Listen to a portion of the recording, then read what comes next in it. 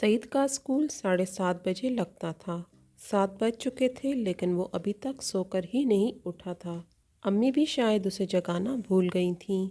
ناشتے کی میز پر سعید کے ابا نے پوچھا، کیا بات ہے، آج سعید نظر نہیں آ رہا؟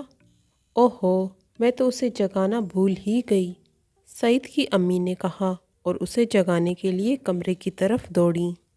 سعید آنکھیں ملتا ہوا اٹھا اور غسل خانے کی طرف بھاگا۔ جلدی سے ہاتھ منہ دھو کر ناشتے کی میز پر پہنچ گیا۔ چونکہ دیر ہو چکی تھی اس لیے جھٹ پٹ ناشتہ کیا، کپڑے تبدیل کیے، بستہ بغل میں دبایا اور امی ابو کو سلام کر کے اسکول کو ہو لیا۔ اسکول لگنے میں صرف 10 منٹ باقی رہ گئے تھے، اس لیے وہ تیز تیز قدم اٹھانے لگا۔ اسے پتا تھا کہ اگر وہ 1 منٹ بھی دیر سے اسکول پہنچا تو اس کی خیر نہیں۔ اس خیال نے اسے دوڑنے پر مجبور کر دیا، مگر ابھی وہ دلدار کے کھوکے تک ہی پہنچا تھا کہ اس کی دونوں ٹانگیں پھول گئیں اور درد کرنے لگیں۔ وہ کچھ دیر سستانے کے لیے ایک جگہ بیٹھ گیا۔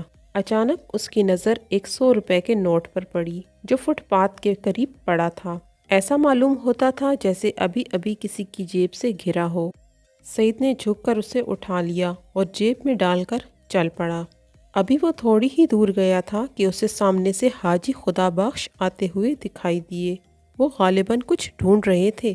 سعید حاجی صاحب کو جانتا تھا، وہ اس کے مکان کے قریب ہی رہتے تھے۔ اس نے انہیں سلام کیا۔ حاجی صاحب نے سلام کا جواب دیا اور پوچھا، سعید بیٹا، میرا ایک 100 کا نوٹ رستے میں کہیں گر گیا ہے، تم نے تو نہیں دیکھا؟ سعید ایک اچھا لڑکا تھا اور یہی وجہ تھی محلے کے سب لوگ اس کی عزت کرتے تھے، مگر اس وقت نہ جانے اسے کیا ہو گیا۔ اس نے جھوٹ بولتے ہوئے کہا، جی نہیں، میں نے تو نہیں دیکھا۔ اس وقت اس کے چہرے کا رنگ تبدیل ہو گیا اور زبان کے ساتھ اس کی ٹانگیں بھی لڑکھڑانے لگیں، مگر حاجی صاحب نے اس کی حالت کو نہیں دیکھا۔ وہ کچھ دور جا کر اپنا نوٹ ڈھونڈنے لگے۔ اب سعید یہاں کھڑا نہیں ہونا چاہتا تھا۔ اس نے اپنی رفتار اور تیز کر دی اور بھاگم بھاگ اسکول پہنچ گیا۔ ہر روز اس کی جیب میں چند پیسے ہوتے تھے اور وہ اپنے ہمجولیوں میں سر اونچا کر کے چلا کرتا تھا، مگر آج اس کی جیب میں 100 کا نوٹ تھا۔ پھر بھی وہ اپنے آپ کو سب سے زیادہ گھٹیا محسوس کر رہا تھا۔ وہ چپکے سے اپنی کلاس میں جا کر بیٹھ گیا، لیکن آج اس کا دھیان ماسٹر صاحب کی طرف بالکل نہیں تھا۔ ماسٹر صاحب ریاضی کا کوئی سوال سمجھا رہے تھے اور سعید سوچ رہا تھا کہ وہ شام کو صادق کی دکان پر جائے گا اور پیٹ بھر کر آلو چھولے کھائے گا۔ اس کے بعد وہ چیپ سٹور جا کر کوکا کولا اور ہیکو آئس کریم اڑائے گا۔ جب اس نے خالد کا نیا ہیٹ کچھ دیر کے لیے مانگا تھا تو اس نے کیسے صاف انکار کر دیا تھا، ہم نہیں دیتے۔ اس پر اسے غصہ تو بہت آیا تھا، مگر وہ کر بھی کیا سکتا تھا۔ لیکن آج وہ اپنا ہیٹ سب دوستوں کو باری باری دکھائے گا اور خالد کے بچے کو تو ہاتھ تک نہیں لگانے دے گا۔ کتنا جلے گا وہ۔ سعید کلاس میں بیٹھا اسی قسم کی باتیں سوچتا رہا، یہاں تک کہ اسے پتہ ہی نہیں چلا کہ چھٹی کی گھنٹی کب بجی۔ وہ کتابیں اپنی بغل میں دبائے گھر چلا آیا۔ گھر جا کر سعید نے کپڑے تبدیل کیے اور کھانا کھایا۔ کھانا کھاتے ہی وہ معمول کے مطابق بستر پر لیٹ گیا، لیکن آج نیند اس سے کوسوں دور تھی۔ جیب میں پڑا 100 کا نوٹ اسے بار بار باہر جانے کے لیے اکسا رہا تھا، لیکن سعید مجبور تھا۔ اس کے ابا دوپہر کو اسے بالکل گھر سے باہر نہیں نکلنے دیتے تھے۔ آخر خدا خدا کر کے اس کی آنکھوں میں نیند آ ہی گئی اور تھوڑی دیر کے بعد ہی وہ خوابوں کی دنیا میں کھو گیا۔ یکا یک اس نے دیکھا کہ 100 کا نوٹ اس کی جیب سے نکل کر سامنے والی میز پر جا گرا ہے۔ سعید نے اسے پکڑنے کے لیے ہاتھ بڑھایا، لیکن وہ اڑ کر اور پرے چلا گیا۔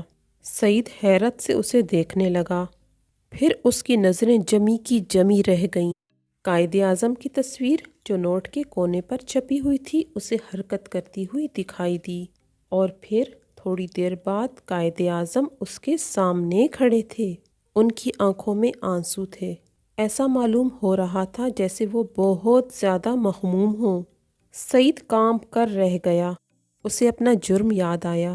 وہ سمجھ گیا کہ قائد اعظم کی آنکھوں میں آنسو کیوں ہیں۔ شرم سے وہ ان کے قدموں میں گر پڑا، مگر انہوں نے بازو سے پکڑ کر اسے اٹھا لیا اور اپنے سینے سے لگا لیا۔ پھر اس کے سر پر ہاتھ پھیر کر بولے، میرے بچے، میں جانتا ہوں تم ایک اچھے لڑکے ہو۔ تم نے زندگی میں پہلی بار شیطان کے کہنے پر یہ حرکت کی ہے، اس لیے میں تم سے زیادہ ناراض نہیں ہوں۔ میرے بچے، تم پاکستان کی امانت ہو۔ تم نے بڑے ہو کر حکومت کی باغ ڈور سنبھالنی ہے۔ تم نے ہی پاکستان کو ترقی کی منزلوں تک پہنچانا ہے اور دنیا کو بتانا ہے کہ پاکستانی بچے دنیا کے بہترین بچے ہیں۔ یہ کہتے کہتے قائد اعظم کی آواز بھر آ گئی اور ان کی آنکھیں ایک بار پھر آنسوؤں سے تر ہو گئیں۔ انہوں نے اپنی آواز درست کی اور بات جاری رکھتے ہوئے کہا، بیٹا، یہ سب کچھ اسی طرح ہو سکتا ہے اگر تم بچپن ہی سے اچھے اصولوں پر عمل کرو، تاکہ جب تم بڑے ہو تو پاکستان تم پر اور تم اپنے پیارے پاکستان پر فخر کر سکو۔ سعید اپنے پیارے قائد اعظم کی باتیں سن رہا تھا اور دل میں ایک نیا ولولہ محسوس کر رہا تھا۔ وہ بار بار اپنے آپ کو کوستا کہ اس نے ایسی بری حرکت کیوں کی۔ میں اسے یوں محسوس ہوا جیسے کوئی اسے جھنجھوڑ رہا ہے۔ اس نے آنکھیں کھولیں، دیکھا تو امی سرہانے پر کھڑی کہہ رہی تھیں، کیا آج سارا دن سونے کا ارادہ ہے؟ اٹھ کر اسکول کا کام کرو۔ سعید ایک دم اچھل کر کھڑا ہو گیا۔ 100 کا نوٹ اس وقت بھی اس کی جیب میں تھا۔ وہ دوڑتا ہوا گھر سے باہر نکل گیا۔ حاجی خدا بخش مسجد سے نماز پڑھ کر گھر کی طرف جا رہے تھے۔